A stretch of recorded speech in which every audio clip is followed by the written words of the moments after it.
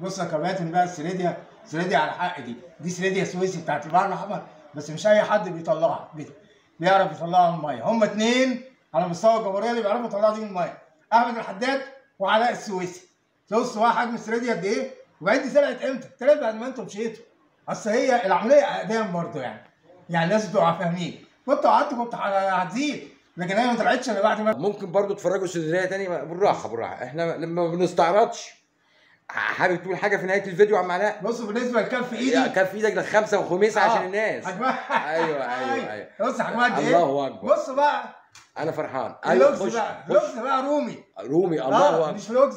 وريلهم ان في لحمه احسن يفتكروها فارغه. لا بص اللوكزايه جوه. عينيها اهي، عينيها لسه بسم الله ما شاء الله. بسم الله ما بس شاء الله. بص اللوكزايه ايه تاني جبته يا عم علاء؟ ايه تاني جبته؟ لوكس تاني اهو. ده غير اللي في الشوال. لا غير اللي في الشوال، دول عملناهم كده احنا تحياتنا ليك فيهم دلوقتي، مبسوطين منك خالص، ونتمنى من ربنا سبحانه وتعالى ان انت تستمر معانا اسبوع هنا يا عم علاء.